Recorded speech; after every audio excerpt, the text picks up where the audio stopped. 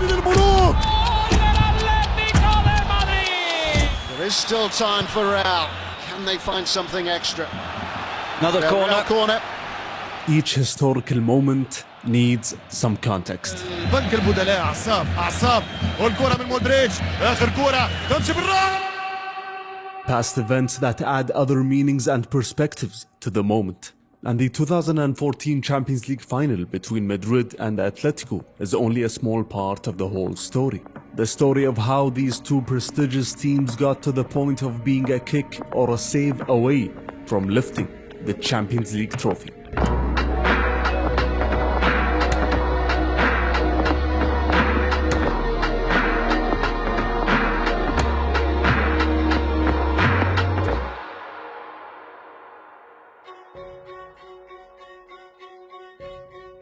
After a long series of poor results, Real Madrid president Florentino Perez decided to resign on February of 2006.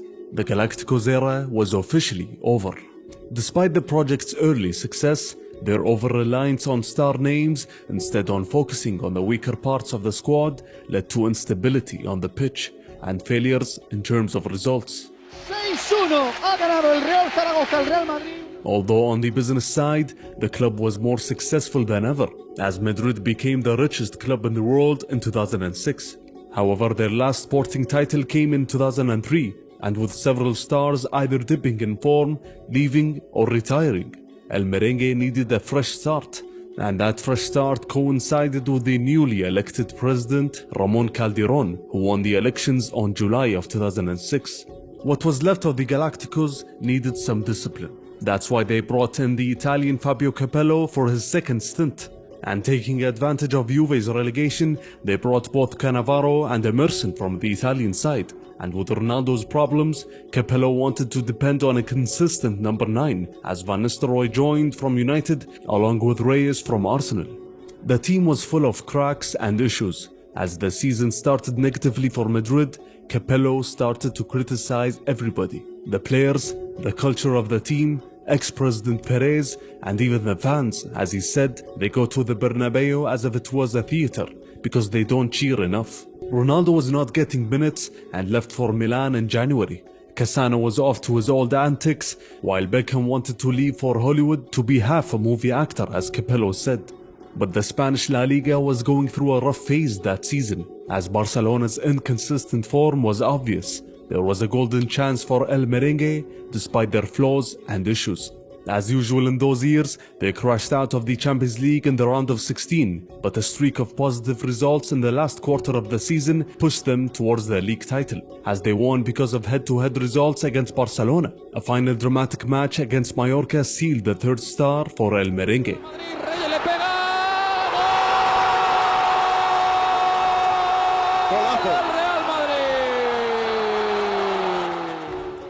As was the case in '97, Capello left after a single season. The sporting director Mijatovic stated that the Italian was not the right man for the club. El Merengue then chose the German Bernd Schuster after a great season with Getafe, and with him came a busy transfer market. Beckham, Roberto Carlos, Emerson, Helguera, and Cassano all left the club. And then came names like Schneider, Robben, Pepe, Heinze, and Metzelder. And before that, both Higuain and Marcelo joined in the winter transfer market. Huge changes in Madrid within only 6 months, but that didn't affect their performances on the field, as despite Robben's injury that sidelined him until December, El Merengue kept their lead in the first half of the season and won their first encounter against Barcelona in the Camp Nou. But a similar script to the previous years meant that Madrid crashed out of the round of 16 in both the Champions League and Copa del Rey. Calderón started speaking about the failure of the season and the idea of replacing Schuster for next season.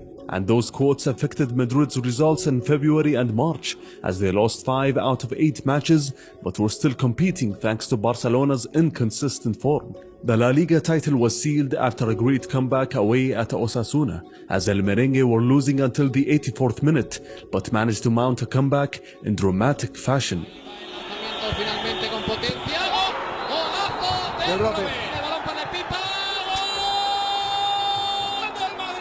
Higuain otra vez.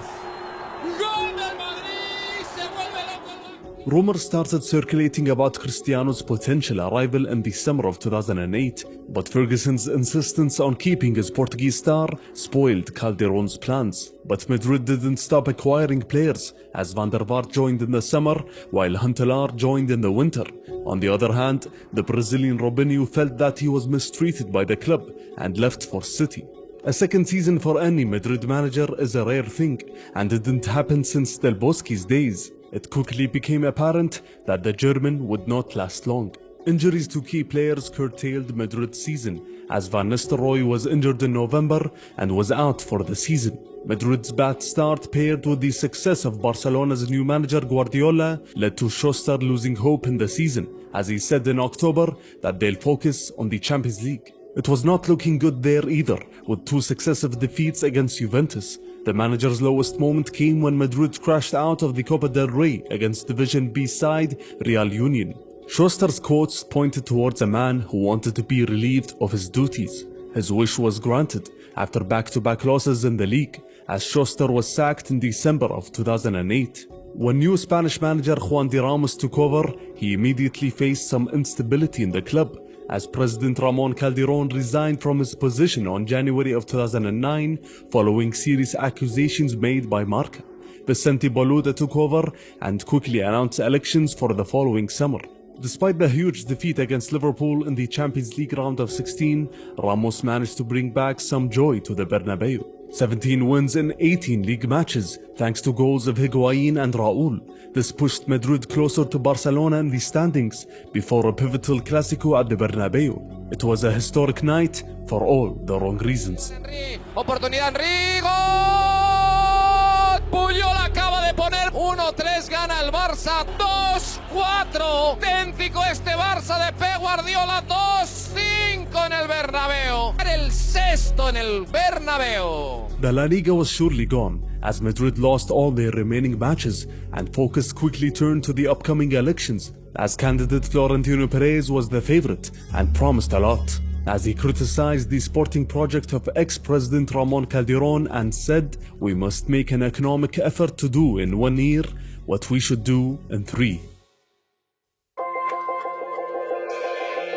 Perez was not exaggerating, as Madrid participated in a historic transfer market, an important mercato, especially after Barcelona's treble. Almost €250 million were spent in one summer. Cristiano Ronaldo, Kaká, Benzema, Xabi Alonso, Arbeloa, and others joined as El Merengue opened a new chapter.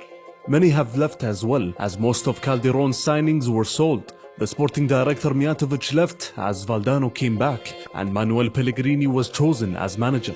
Despite the early injury to Cristiano, El Merengue started the season excellently, as they were a goal-scoring machine, especially as Ronaldo came back. Despite their defeat in the first Clásico, it was obvious that this would be a long and tiring battle for the La Liga. In the other competitions, El Merengue faced repeated issues. They had an early and embarrassing exit in the Copa del Rey after losing by 4 goals against second division side Alcorcón, and another round of 16 exit in the Champions League against Lyon. But the goal-scoring machine didn't stop in the league, as after their loss against Barcelona in November, Madrid played 28 matches and won in 24 while losing only 2. One of those losses came against Barcelona again. Both teams entered that match equal on points, and El Merengue was defeated at home thanks to goals from Messi and Pedro. As Manuel Pellegrini said after the match that they will push Barcelona to be champions with a tally of 99 points. And that's exactly what happened. Madrid won all their remaining matches and lost the La Liga title with 96 points. They also scored 102 goals. Half of those goals came from the duo of Higuain and Cristiano. Pellegrini was confident in the idea that he'll continue next season, but what happened in the Champions League that year gave Perez other ideas. Inter Milan succeeded in winning the Champions League at the Santiago Bernabeu, and the Nerazzurri denied Barcelona from writing history and lifting the trophy on Madrid's ground. The man behind that success was Jose Mourinho, the man who was denied the chance to coach Barcelona in 2008. He was the perfect man to lead Madrid and try to end Barca's reign, but with him nothing comes with peace and tranquility. It was the start of a war, both on and off the field. With the arrival of Jose Mourinho, Madrid started a new chapter, and not because they signed many players like Di Maria, Ozil, Khedira and Carvalho, but because of the departure of club legends. Guti left for Besiktas after playing for Madrid since '86 with the youth team, and Raul left after he felt he was not going to get many minutes. He didn't play much under Pellegrini, and despite Jose's desire in keeping Raul, he didn't have a great relationship with Florentino Perez, and similar to what happened to most Real Madrid legends in the past, Raul's relationship with the fans turned sour as he left for Schalke in the summer. Mourinho came to deliver La Decima for Madrid, and it was obvious that in order to succeed both locally and regionally, Madrid had to overcome Barcelona. So Jose started the battle through his controversial quotes and said after Barca's win against Gijón in the beginning of the season that if opponents handed matches to Barcelona, then it will be hard to win the La Liga title. It was obvious that the Portuguese will not play fairly, and the team started the season perfectly, undefeated in their first 13 matches in La Liga and throughout the group stages of the Champions League. Things were going smoothly for Jose until a match against Barcelona in the Camp Nou. It was a disaster waiting to happen. En el costado, oportunidad, va a jugar el centro, le pega Xavi, ¡gol!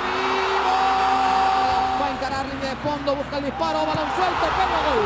Segundo del Barcelona, minuto 17, el Barça apenas en cuarto de hora marcado el segundo. Viene el pase, perdona Villa, ¡gol!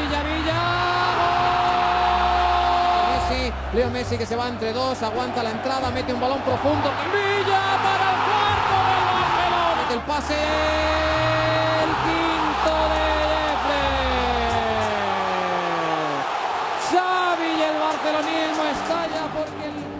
Mourinho said after the match, it was the worst defeat of my managerial career. The season took a wrong turn, as the sporting director Valdano was criticized by Jose for his transfers, especially with Higuain's injury. Mourinho saw that he didn't have a striker, and started the Brazilian Kaká up front in a match against Almeria, while Benzema was on the bench. Valdano quickly pointed that Jose had a striker on the bench, while Mourinho lashed back and said that he only reported to the president Perez and Jose Sanchez. The atmosphere was tense, but El Merengue passed the test of Lyon in the round of 16 and got all the way to the semi-finals of the Champions League for the first time since '03, and also got to the Copa del Rey final as well. The opponent in those two ties was Barcelona, as they'll face each other 4 times in a span of 17 days. The first match came in La Liga and ended in a 1-1 draw, and basically made it hard for Madrid to claim the league title. The second match came in the Copa del Rey final, the match that gave Mourinho his first trophy thanks to Ronaldo's header. Atención que llega Di María, el balón para Cristiano. The third and fourth matches were in order to book a place in the Champions League final, as everybody witnessed the ugly side of the game. The aggression and fouls were part of Jose's plans, but the first leg saw Pepe sent off after a hefty challenge on Dani Alves. Mourinho was also sent to the stands, and the match was decided by 2 away goals from Messi in the last 15 minutes. ميسي راوغ ميسي خلص الثاني جولاتو. As Jose got back to the mic to state his opinion. Si le digo a él y a UEFA lo que pienso, lo que siento, termina mi carrera hoy. Josep Guardiola es un entrenador fantástico de fútbol, pero ha ganado una Champions que a mí me daría vergüenza de ganarla, porque la ganó con el escándalo de Stamford Bridge. Y si este año gana la segunda, gana con el escándalo del Bernabéu. A draw at the Camp Nou sealed the tie, as El Merengue ended the season as runners-up with 92 points. The team showed glimpses of counter-attacking perfection, and thanks to Ronaldo, Benzema and Ozil, the team scored 102 goals in La Liga.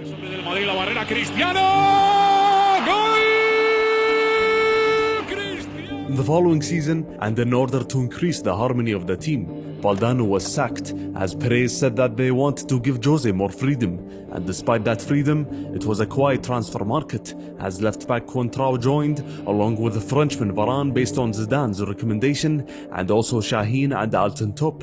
The Barcelona-Madrid rivalry was still tense, as they met again in the Supercopa, as the end of the match showed us the ugly side of Jose. Another unsavory ending to a battle between these two teams. But throughout the season, we also saw the great side of Mourinho as well, as Madrid played a structured but a very attacking type of football.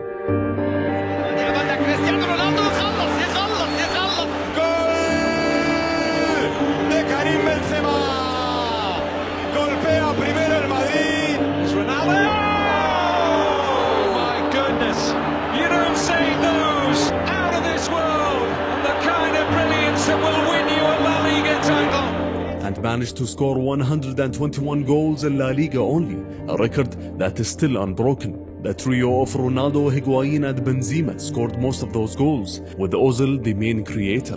The key match of the La Liga season was the Clasico at the Camp Nou. Ronaldo scored after a beautiful pass by Ozil.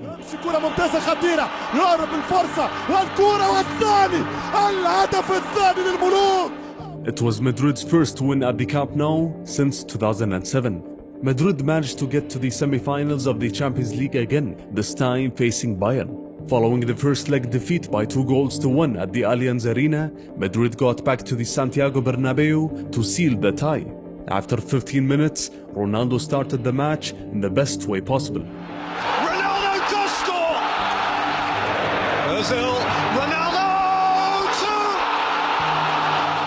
Robin managed to tie the aggregate score, and only penalties will decide the tie. He is denied brilliantly by Neuer. And Neuer saves again, perhaps even better. Ramos, still travelling. What a pressure penalty. Schweinsteiger. Bayern Munich will play in the final. A devastating loss for Mourinho and Madrid. La Decima was postponed for another season. In La Liga, El Merengue broke another record as they won the title with 100 points.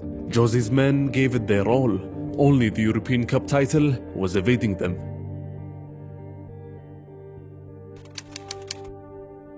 A third season for Jose is usually complicated. The signing of Modric was the key headline of the transfer market, and with Guardiola's departure from Barcelona, the focus of Jose's comments shifted to his players. In the beginning of the season, Jose criticized his players and said, "At this moment, I don't have a team." Cristiano Ronaldo stopped celebrating his goals as rumors started to talk about his potential departure.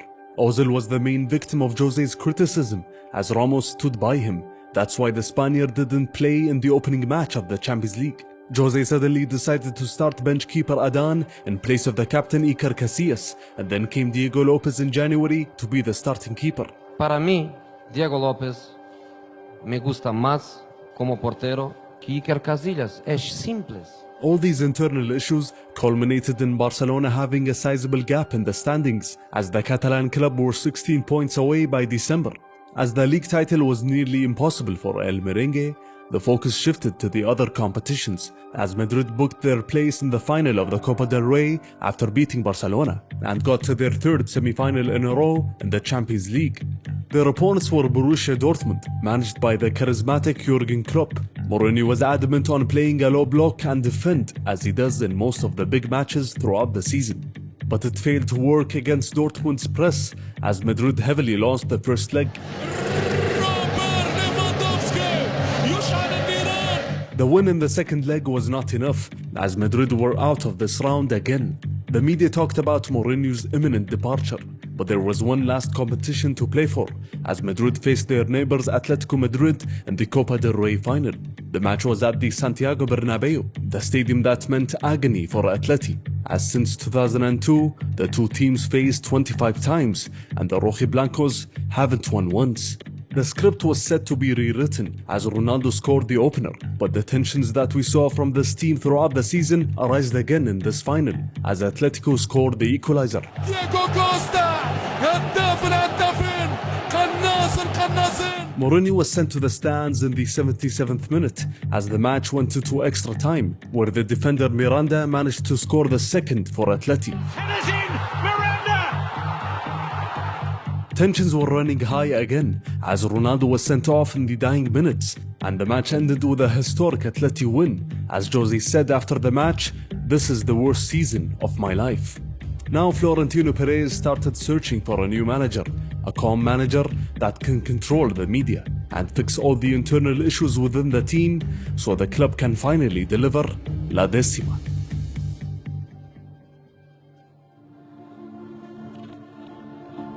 In the 99-2000 season, Atletico Madrid were in trouble.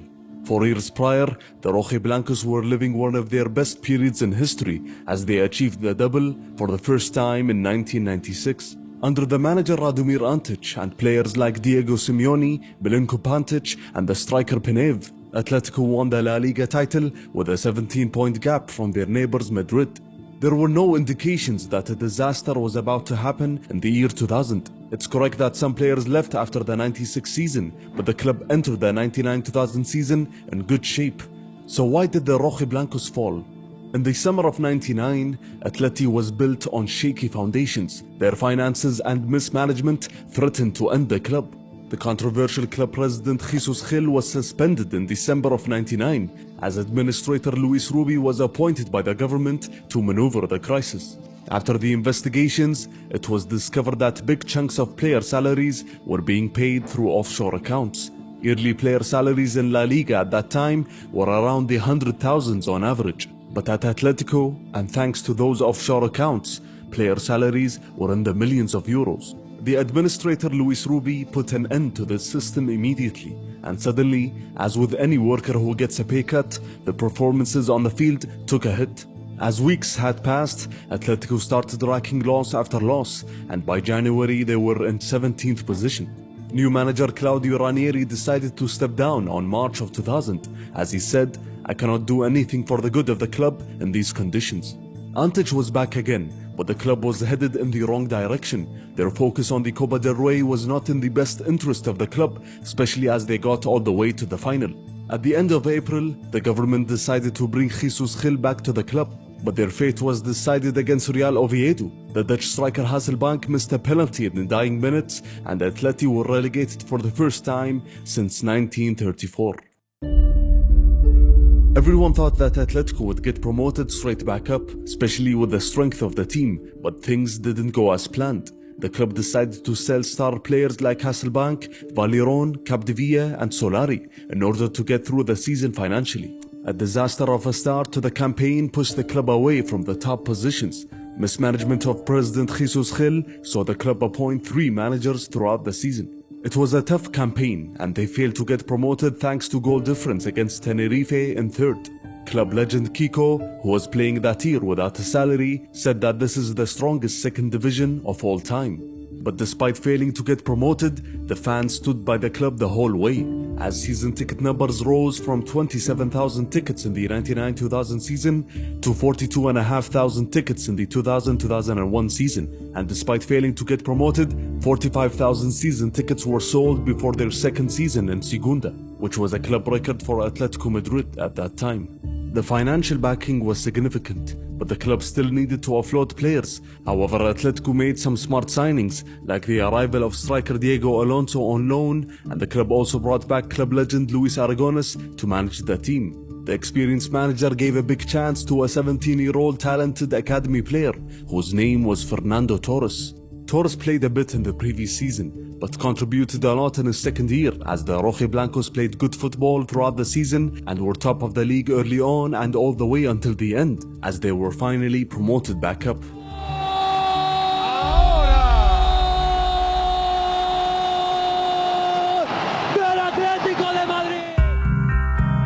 The fans were optimistic and hoped for an immediate return to Europe, but the reality was far away from that. Despite Atletico getting close to those precious European spots in the middle of the season, bad results in the last couple of months saw them drop to the 12th position in 2003. In that year, we saw the true emergence of the young Fernando Torres, as he scored 13 goals, which was over a quarter of the team's tally of goals that season. It was also the year that saw controversy within the club, as tensions rose between club president Jesus Gil, sporting director Paulo Futre, and the manager Luis Aragonés. It ended with the resignations of both Futre and President Gil, and also saw the sacking of manager Aragonés at the end of the season by the new president. The following 3 seasons saw the continued emergence of Fernando Torres, whom was made the club captain at just 19 years of age, and the young Spanish star managed to score 19 goals in the 03-04 season, as the Rojiblancos ended that campaign in an improved 7th position. A good season, but Atletico Madrid were suffering from managerial instability, as they tried 4 managers between 2003 and 2006. They also failed in the transfer market and got average positions throughout that period, the 11th position in 2005 and the 10th position in 2006. The sporting director Tony Munoz left in 2006 as Jesus Pitarch took his position to try to fix this problem. Before he left, Munoz left a small present for the club, an Argentinian teenager named Sergio Aguero. Aguero had a lot of minutes in the following season, but his impact was limited as Atleti tried to secure a European spot under new manager Javier Aguirre, whose impact was obvious on the team. That was enough for a 7th position, which qualifies to the UEFA Cup. Atletico Madrid's yearly end-of-season collapses was now a huge issue, and their struggles against big teams reflected the gaps between them and the big boys of La Liga. One match that showed this huge gap was their devastating loss at home by 6-0 against Barcelona. That result was possible despite the Catalan club having an inconsistent season. And the problems didn't stop there, as the club's instability pushed their star Fernando Torres into leaving. Torres was one of the main reasons the Rojiblancos avoided the relegation spots in the previous seasons, but a mixture of great transfers and young talents within the club pushed the team forwards towards success. The Mexican manager Aguirre kept his job for another season, and the club made some important signings in the summer, as in came Simao, Raul Garcia, Reyes, and the clinical striker Diego Forlan. And after winning the Intertoto Cup in the summer, Atletico Madrid were given direct access to the group stages of the UEFA Cup. It was their first official European participation since 2000. Both Forlan and the teenager Aguero created an amazing partnership as they scored 35 goals between them in La Liga only, and that pushed Atletico to get the 4th position with 64 points. Finally, the Rojiblancos had qualified to the Champions League for the first time since '97. The strikers played at a high level in the following season as they participated in a tough group within the Champions League, as Atletico managed to qualify as runners-up. But their European journey ended against Porto in the round of 16, and following a drop in form in La Liga around January and February, the Mexican manager Aguirre was sacked, and in came Abel Resino in his place. One thing that Atletico improved was their encounters against La Liga's best, as they won against Barcelona and Villarreal and earned a draw at the Bernabeu against Madrid. That was enough to get the 4th position again. A big factor in Atletico's success that season was the form of Diego Forlan, who scored 32 goals in 33 matches in La Liga, as he won the European Golden Boot Award for the 2nd time in his career. His goal tally in the Spanish league had not been achieved since Ronaldo scored 34 goals for Barcelona back in 1997. Their limited transfer action in the following summer could be one of the reasons Atletico Madrid stagnated in that season, as they were drawn in a fairly good group in the Champions League, but failed to win even a single match in that group. And after losing against Chelsea by 4-0, the manager Resino was sacked, as he left the team in 15th position in La Liga. The new manager Quique Sanchez Flores successfully managed to lead the team to the knockout stages of the Europa League after getting that 3rd position in the group. But Flores struggled to fix the leaky defense at Atleti, despite the great performances of the teenager De Gea, whom was promoted from the academy and took the place of the injured keeper Asenjo in the 2nd half of the season. But the team ended the season in 9th with 17 losses. Despite that, their results in Europe were much better, as the Rojiblancos incredibly got to the Europa League final after overcoming teams like Galatasaray, Sporting Lisbon, Valencia, and Liverpool. What's amazing about this European run was the fact that they only won one match and qualified mostly through the away goals rule. One of those crucial away goals was scored by Forlan at Anfield in extra time. Despite them losing the Copa del Rey final against Sevilla and their struggles in La Liga, Atletico Madrid had a golden chance to win a new title, which is considered their first since '96. They faced Fulham in the final, and after a goal from both sides and going into extra time, in came Forlan in the nick of time to deliver the goods again. Yeah, because Aguero looks to play it in, and Forlan! And it had to be him, didn't it? Atletico Madrid have won the inaugural Europa League final. The manager Flores said after the match, "I found a team in intensive care, and now it has been brought back to life." Atletico Madrid's Europa League triumph gave them the chance to win another European trophy as they faced European champions Inter Milan in the UEFA Super Cup. 2 goals from Reyes and Aguero handed Atletico another European trophy. It was looking to be a great season ahead, especially as they signed players like Filipe Luis, Diego Godin, Diego Costa, Thiago and Juan Fran in January. A top 4 position was targeted, but all was not going as planned. Diego Forlan came back from the World Cup looking confident with his Golden Ball prize, but his goal-scoring drought started to take shape that season as he scored 8 goals in 32 matches in La Liga. The differences between Atleti and both Barcelona and Madrid were huge, as the Rojiblancos ended the season in 7th, 38 points away from the champions. Atletico also played poorly in their favorite European competition, as they failed to qualify out of the Europa League group stages in what looked like a fairly easy group on paper. Sergio Aguero was the top goal scorer of the team, as he scored 20 goals in the league, his best ever return at that time. But his goals created much controversy, as he refused to celebrate in the last few weeks of the season, which led to speculation that he wanted to leave in the summer, rather than honoring his contract as he previously said. He publicly stated that this was a sporting decision in order to continue growing as a player. As per Atleti's customs, the manager Flores was dismissed in the summer, and despite the rumors that linked the club to names like Luis Enrique or Rafa Benitez, management chose the cheapest option and brought back Manzano to manage the team again. In terms of transfers, it was far from cheap, as with the departures of Aguero to City, the keeper De Gea to United, and Forlan to Inter, Atleti had an abundance of funds to build an entirely new team. And came another clinical striker called Falcao from Porto for 40 million euros, which was a club record at that time. With him came Arda Turan, Courtois, Miranda, Diego, and Adrian Lopez. Their former academy player Gabi was back again after being sold to Real Zaragoza back in 2007 to improve. It was a huge transformation in the team, and a transformation like that may come with inconsistent results. Around December of 2011, and following a loss at home against Real Betis, Atletico Madrid found themselves in 11th position, 8 points adrift from the Champions League spots. They also embarrassingly crashed out of the Copa del Rey after a defeat against 3rd division side Albacete. Manzano was finally fired. Atletico's management were aware that chopping and changing managers each year will affect the team in the long run. Since 1987 and until 2011, 44 managers coached the team.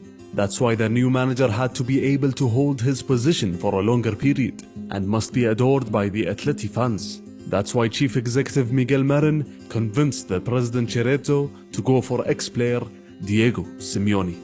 By that time, Diego Simeone had converted quickly from player to manager, as he started with Racing in 2006. He continued to coach 3 additional Argentinian clubs and won the league with River Plate in 2008, where he coached names like Ortega, Alexis Sanchez, and current Atleti player Falcao. Then he went to Italy to manage Catania as he revitalized the team and helped them escape relegation and finish the season in 13th position. Then he came back to Racing in 2011. Atleti's management were aware of Simeone's personality, a strong individual who may not accept authority. But given his past relationship with Diego, Chief Executive Miguel Marin was confident of the Argentinian. Simeone's first task was a psychological one. The team was full of talent, but they needed a dose of motivation and self-confidence, and that's one of Simeone's many traits as a manager. Another trait of Simeone was his defensive approach in playing. Diego was inspired by many great tacticians whom he played for, like Eriksson, Antic, Mancini, Aragones, and Gigi Simoni. He was also inspired by the 1986 World Cup winning manager with Argentina, Carlos Bilardo. All of that was evident on the field as Atletico Madrid kick-started their resurgence under new manager Simeone with 6 consecutive clean sheets. Simeone previously said that you can't have a favorite formation for the fact that we as managers have to adapt to the players we had at our disposal. And during that season, Simeone favored the 4-2-3-1 formation, and with a strong defense and Falcao's crucial goals, Atletico Madrid managed to get to the Europa League final again after huge wins against Lazio, Besiktas, Hannover and Valencia. Their La Liga form got much better as well, but was not enough to secure a Champions League qualifying spot. And in their second European final in 3 years, Atleti destroyed the Bilbao side coached by Bielsa, thanks to Falcao's double and a goal from Diego. ¡Gol de Diego! El Atlético de Madrid es campeón de la Europa League. Se entrega Platini, la levanta Antonio López. El Atlético de Madrid es campeón de Europa. Simeone's first full season was looking to continue the momentum gained from the previous one, with Courtois' loan being extended, Diego Costa coming back from loan, and another season of Falcao. The Rojiblancos were aiming for the top 4 and the Champions League ceiling spot. The team faced European champions Chelsea in the UEFA Super Cup and won handsomely after a great hat-trick by Falcao. To the path of Falcao! Deadly man up front! The Colombian striker was the main superstar in the team as the season started. Atleti were fighting with Madrid and Barcelona for the top spots, while Falcao was battling it out with both Messi and Ronaldo for La Liga's best goalscorer award. But despite Falcao's brilliance, there was internal fears at Atletico. Falcao's signing from Porto came despite Atleti having many debt issues. That's why they got assistance from a third-party investment company to help sign Falcao back in 2011. But they also managed to get over 50% stake in the player, meaning that as El Tigre was performing, this investment company can sell the player to the highest bidder in the summer for profit, and Atletico can't do anything to stop the transaction. So the Rojiblancos were hoping that Falcao gives it his all in order to help the team in winning titles before his imminent departure in the summer. Falcao and the team succeeded in achieving what they hoped for as they finished in 3rd position in La Liga with 76 points, their best points tally since winning the league in '96. As Falcao scored 28 goals in La Liga, as the team performed exceptionally well in terms of defending, as their keeper Courtois conceded 31 goals only in the league. The Rojiblancos also had a final to play against their neighbors Madrid at the Bernabeu. As mentioned before, Atleti haven't won against Madrid since they returned from the 2nd division, 14 years and 25 matches without a win, and that made El Merengue fans raise a banner in 2011 that said, "Wanted, a dignified rival for a decent derby." That's how it was, but in the Copa del Rey final, everything was about to change. Atletico actually pushed the decision to play the final at the Bernabeu. They didn't want to send their fans all the way to Valencia or Barcelona to attend the match. Atletico also won the cup on this stadium and against Madrid on 3 separate occasions, in 1960, then 61, and also in 92, so they wanted to repeat history again. What a goal! Is in! Ronaldo!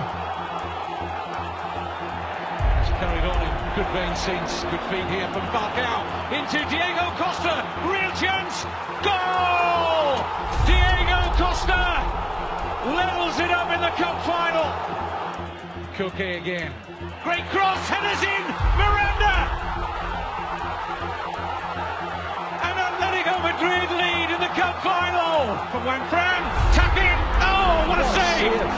Absolutely magnificent stop from Courtois to keep out Ozil. And it's all over. What a way! The perfect way to end 14 years of hurt. Finally, Atletico managed to defeat Madrid in a crucial match, but this was not a one-off, but the beginning of a battle between the city rivals, not only in Spanish football, but European football alike. Simeone said after the match, there was a time when they were better, but now we're on par. That night the noisy neighbors finally returned. After Jose Mourinho's departure, Carlo Ancelotti was appointed to fix all the internal issues within the team. He was the 9th coach in the Perez era. Del Bosque was the only manager who ever saw his contract out. Because of the extravagant spending, Perez can't afford to wait, and that will be applied on Carlo as well. He must win titles immediately, and in his first press conference, the Italian alluded to that notion. La Decima is a great aim for everyone connected with the club, and I am ambitious enough to try to deliver that. In the Italian's coaching staff was his regular assistant Paul Clement and Zidane, who had previous capacities at the club. On the other hand, Atletico Madrid were going through a stable period after years that lacked it. They had high hopes for the season, especially as they come off winning a title at the Santiago Bernabeu. In terms of transfers, El Merengue continued spending big, first on young Spanish talents like Isco and Illarramendi, and also bought back Carvajal after a great season at Leverkusen. Then Madrid broke all transfer records when they paid over 100 million euros to sign the Welshman Gareth Bale from Spurs. Some notable names left the club as well, like Ozil, Higuain, Albiol, Callejon, Carvalho and Kaká. Atletico had a much quieter window, as with the departure of Falcao to Monaco, in came the striker David Villa to replace him, along with the Dutchman Alderweireld to boost the defense. The season started with a surprise, as Ancelotti chose to start the keeper Diego Lopez in the first La Liga match, and took the decision to rotate the keepers throughout the season. And with Carlos' arrival, Cristiano Ronaldo had finally decided to extend his contract after the rumors in the previous season.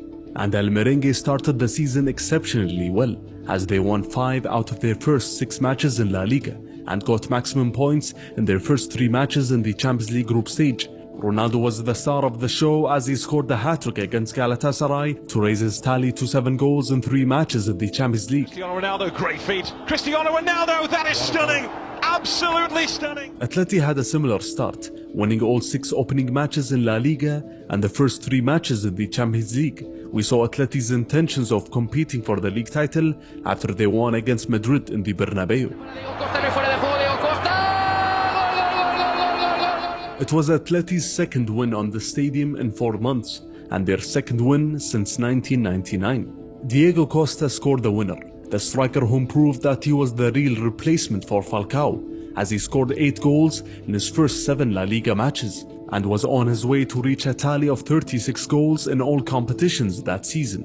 Madrid then also lost against Barcelona, as Ancelotti tested a different formation than his favoured 4-3-3 because of Bale's early season injury. Madrid fell behind Atleti and Barcelona in the La Liga standings, but in the Champions League, they finished the group stage with 16 points and remained undefeated.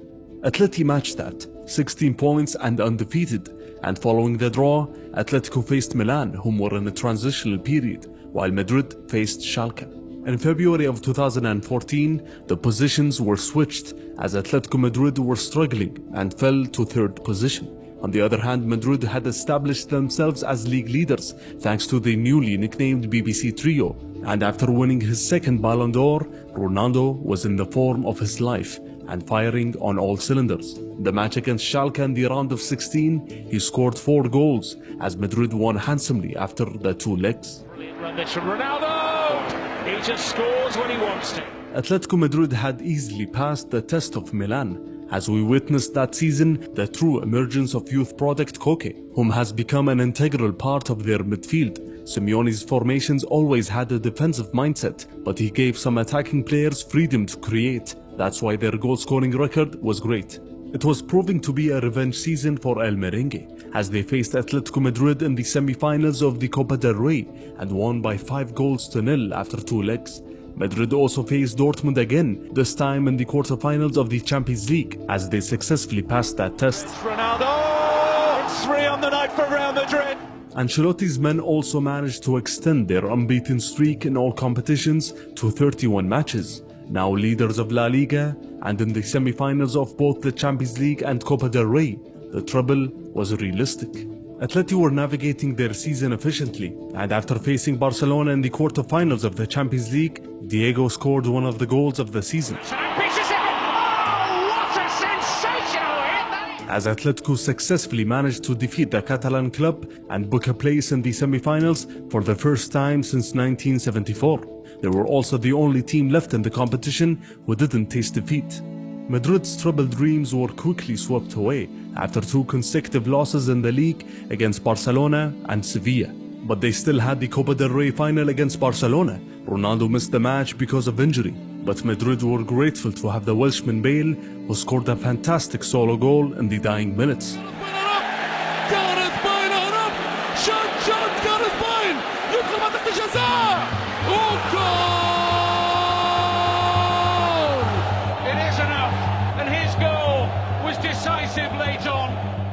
The semi-finals of the Champions League were now set, Atletico will face Chelsea under the management of Jose, while Madrid will face their European rivals Bayern under their new Catalan manager Pep Guardiola.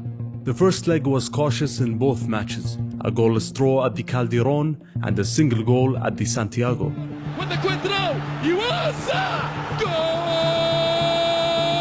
So in the return leg, everybody had a chance to get to the final. Modric with the corner. It's a great header from Sergio Ramos, and Real Madrid take the lead in Munich. كرة خطيرة بالراس والهدف الثاني انهى الملكي راموس راموس Goal! Fernando Torres, big deflection. The counter-attack spells trouble here for Bayern Munich. Benzema finding Bale. رونالدو gol de Cristiano Ronaldo.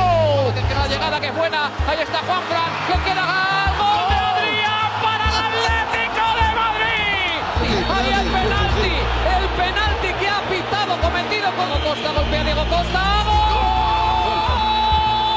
del Atlético de Madrid! Aparece Diego Costa, cabezazo de Arda nuevamente, gol del Atlético de Madrid. It's Ronaldo. الرابع من الدون. It is the perfect ending to the perfect night.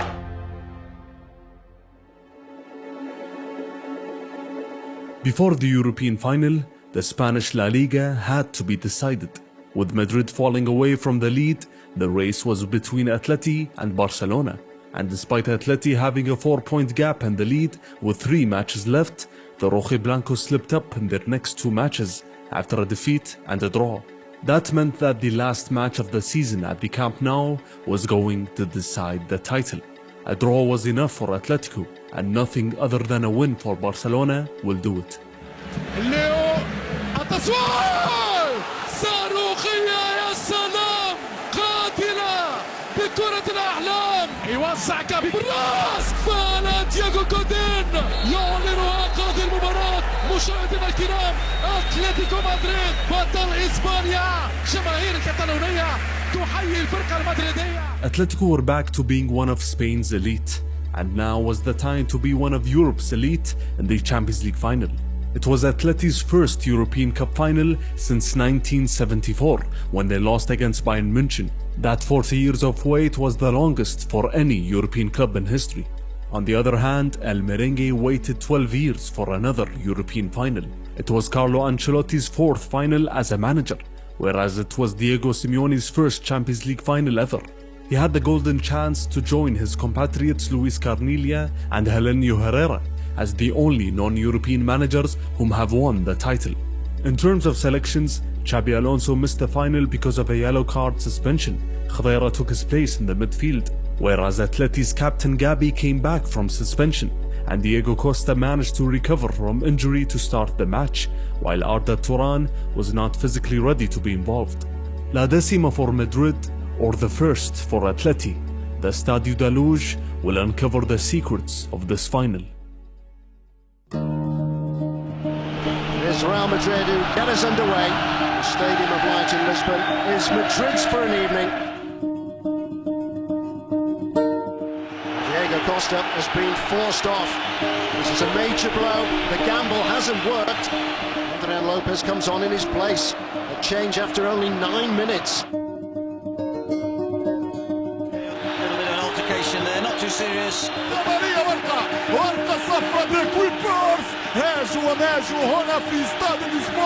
It's Cristiano Ronaldo's view.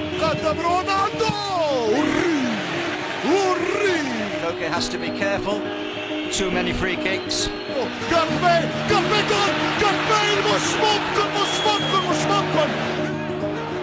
Casillas thought about coming, didn't get there. Casillas was at fault, no doubt about that. He was caught in no man's land by Gabi.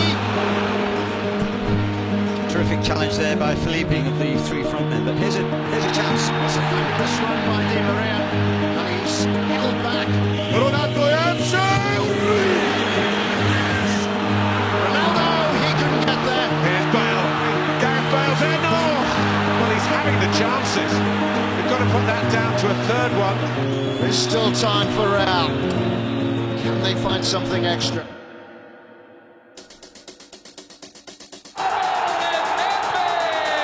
الريال ما قدم شيء، ما فماش روح. هز نفسيا في ركلات الترجيح.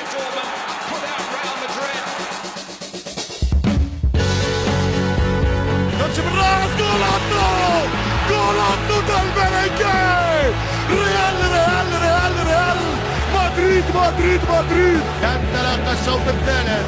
دي ماريا شجراه، دي ماريا يهرب، دي ماريا جول. It's Gareth Bale with a big moment. Marcelo Golato, el tercero del Malaki. انهار الروخ بلانكوس. ما اقصاك يا كورة. It's Ronaldo. كوارتو del Merengue. الرابع للريال. La decima has been achieved. Their 10th win in the European Cup and the Champions League. That long wait is over.